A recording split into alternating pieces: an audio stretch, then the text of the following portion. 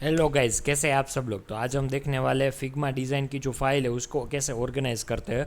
Okay, कई सारे जो फ्रेशर डिज़ाइनर है या इंटरमीडिएट डिज़ाइनर है उसको पता ही नहीं है कि भाई डिज़ाइन को फिग्मा जो डिज़ाइन है उसको ऑर्गेनाइज कैसे करते हैं। ऑर्गेनाइज का मीनिंग क्या होता है कि सब उसका एसेट्स, सब उसके जो ग्राफिक्स है या उसके कंपोनेंट्स है उसको कैसे गाइड करते हैं और कैसे रखते हैं। ओके, जैसे कि हमको ऑर्गेनाइज का मीनिंग क्या होता है कि भाई कोई भी जो डिफरेंट डिज़ाइनर है, फॉर एग्जांपल मैंने जो खुद का जो फिग्मा डिज़ाइन एक वेबसाइट का डिज़ाइन बनाया है, अगर मैं दूसरों को भेजूंगा उसको, अगर फॉर एग्जांपल वो डिज़ाइनर है या डेवलपर है, ओके, कोई भी दोनों में किसी को मैं भेजूंगा तो उसको पता चल जाना चाहिए कि भाई ये जो कंपोनेंट है वो कंपोनेंट के पेजेस में है, ये जो फाइल है वो यहाँ है, वो यहाँ है। ओके, सब कुछ ऑर्गेनाइज होना चाहिए तो अभी दूसरों को पता चलेगा कि भाई कैसे परफेक्टली उसमें जो फिग्मा फाइल आप भेजते हैं। ओके, तो मैं यहाँ पे टॉप 5 यहाँ पे मैंने पॉइंट्स रखे हुए हैं। तो भाई कैसे वो कैसे दूसरों को बताना है, कैसे आपको फाइल ऑर्गेनाइज करनी है, वो मैं आपको दिखा दूंगा आप पे। ओके, यहाँ पे आपको मेरे फाइल, यहाँ पे आपको फिग्मा का जो रिसेंट टैब है वो यहाँ पे आपको दिख रहा होगा।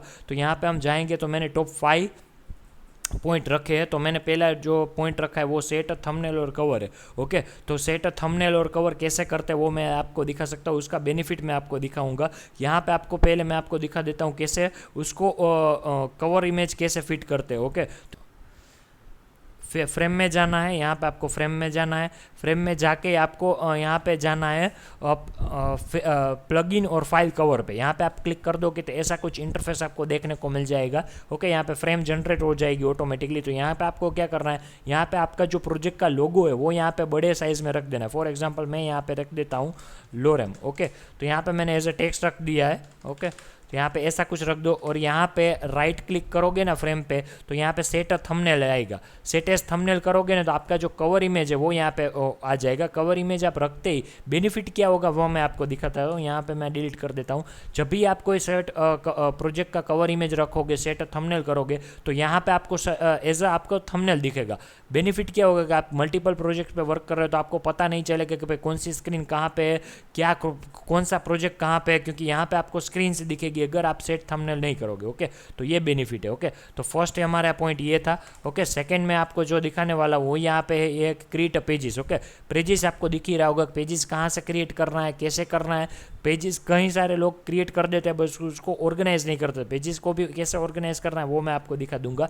ओके, यहाँ पे आपको दिख ही रहा होगा, लेफ्ट साइड पे आप देखोगे ना तो यहाँ पे पेजेस है मेरे। ओके, तो पेजेस को भी मैंने अच्छी तरह से ऑर्गेनाइज किया हुआ है और इमोजी ऐड किए हुए, तो ताकि कि वो कि डिज़ाइनर को भी पता चले कि भाई कैसे वो कैसे कितने सारे उसमें सेपरेट पेजेस दिए गए। ओके, तो यहाँ पे आप देख सकते हो कवर इमेजेस है, जैसे मैंने आपको बताया पहले पॉइंट पे कि थंबनेल आप रख सकते हो। यहाँ पे आप ब्रांडिंग का ऑप्शन रख सकते हो। भाई यहाँ पे मैंने ब्रांडिंग की है।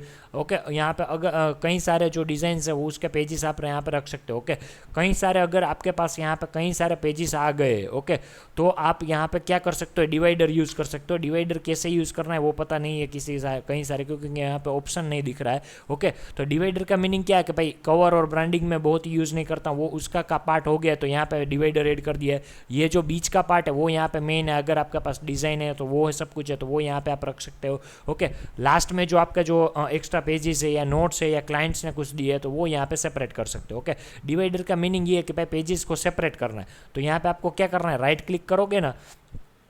ओके, तो यहाँ पे आप राइट क्लिक करोगे ना तो डुप्लीकेट डिवाइडर आ जाएगा। ओके, या डिलीट डिवाइडर आ जाएगा, तो वो भी आप कर सकते हो और डुप्लीकेट भी कर सकते हो। डुप्लीकेट करोगे तो वो एक्स्ट्रा हो जाएगा। ओके, थर्ड जो हमारा पार्ट है वो यहाँ पे यूज़ फ्रेम एंड सेक्शंस है। ओके, फ्रेम और सेक्शन का मीनिंग क्या होता है, फ्रेम्स तो आपको पता ही नहीं कि भाई फॉर एग्जांपल ये एक फ्रेम है।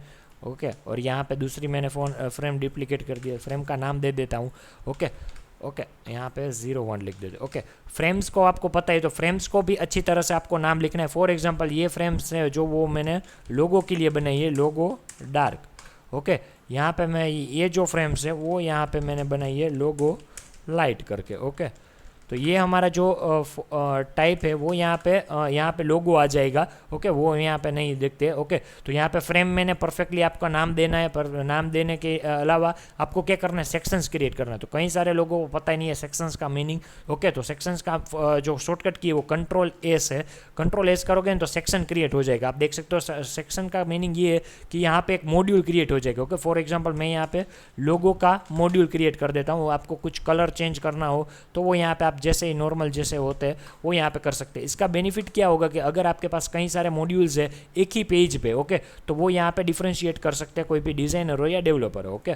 तो यहाँ पे जो हमारा फोर्थ पॉइंट है वो है यहाँ पे मेक कंपोनेंट। आपको पता ही है कि कंपोनेंट क्रिएट करोगे आप तो कई सारे आप जो कई सारे रिपीटिव डिज़ाइन है उसमें आप यूज़ कर सकते हो। तो मैं यहाँ पे आपको कंपोनेंट बना के दे देता हूँ। एक सिंपल बटन यहाँ पे कर देते हैं, क्रिएट कर देते हैं, फिल कर देते हैं उसको, ओके, बैकग्राउंड 0 कर देते हैं, थोड़ा बटर स्पेसिंग कर देते हैं, और यहाँ पे हमारा जो फ्रेम है वो यहाँ पे क्रिएट हो चुका है, ओके। तो ऐसा कुछ हमारा बटन है, ओके, यहाँ पे थोड़ा क्रेडिट दे देते हैं, ओके। चलो, तो ये हमारा बटन क्रिएट हो गया है। तो यहाँ इसको कंपोनेंट करने के लिए राइट क्लिक करना है और क्रिएट अ कंपोनेंट पे आपको सिलेक्ट कर देना है, ओके। उसकी शॉर्टकट की है कंट्रोल अल्टर के, यहाँ पे भी आप कर सकते हैं। कंपोनेंट का ऑलवेज उसको नाम देना है। फॉर एग्जांपल प्राइमरी बटन है तो primary button dot primary dash button, okay. यहाँ पे ऐसा कुछ दे दिया। अगर आपको वेरिएंट क्रिएट करना है तो यहाँ पे आप राइट क्लिक पे जाओगे ना तो यहाँ पे आपको ऑप्शन दिखेगा वेरिएंट का, ओके। यहाँ पे आपको क्लिक कर देना, वेरिएंट पे क्लिक कर देना, वेरिएंट पे आ जाओगे तो यहाँ पे प्लस में क्लिक कर देना है और ओके। यहाँ पे तो बटन में क्या होता है कि भाई फॉर एग्जांपल बटन जब प्रेस होगा या होवर होगा तो उसका कलर कैसा दिखेगा, तो यहाँ पे ऐसा कुछ कर देते हैं। डिसेबल करना हो तो कैसा कर सकते हैं, ऐसा कुछ कर देते हैं लाइट ग्रे करके, ओके, थोड़ा कलर चेंज कर देते हैं। ये सब कुछ हो गया तो ऐसा इसको वेरिएंट कहते हैं, ओके। तो ये भी इंपॉर्टेंट पार्ट है, ओके। आपका जो कंपोनेंट है और वेरिएंट्स है वो भी क्रिएट करो। और लास्ट कंपोनेंट नाम है कि भाई आपका जो लेयर है और ग्रुप है तो उसको आपको रीनेम करना है। अगर आपको नहीं पता कैसे करना है तो आप यहाँ पे फिग्मा एआई का भी यूज़ कर सकते हैं। फॉर एग्जाम्पल यहाँ पे मैंने क्रिएट कर दी है एक फ्रेम। यहाँ पे सर्कल कौन सा है तो यहाँ पे आप लिख सकते हो बैकग्राउंड है, ओके। यहाँ पे आपको लिखना है स्क्वायर, तो यहाँ पे हम कुछ 0 दे देते हैं, इसका नाम दे देते हैं मेन सर्कल, ओके। तो यहाँ पे आपको लिख देना है परफेक्टली आपको कौन सा नाम है, और ग्रुप का नाम भी यहाँ पे आप लिख सकते हो। फॉर एग्जांपल मैंने यहाँ पे ग्रुप बना दिया है, सेंटर में लिख देता तो सेंटर अलाइन, ओके। ऐसा कुछ ग्रुप का नाम दे देते। अगर आपको, thank you so much for the watching, have a good day.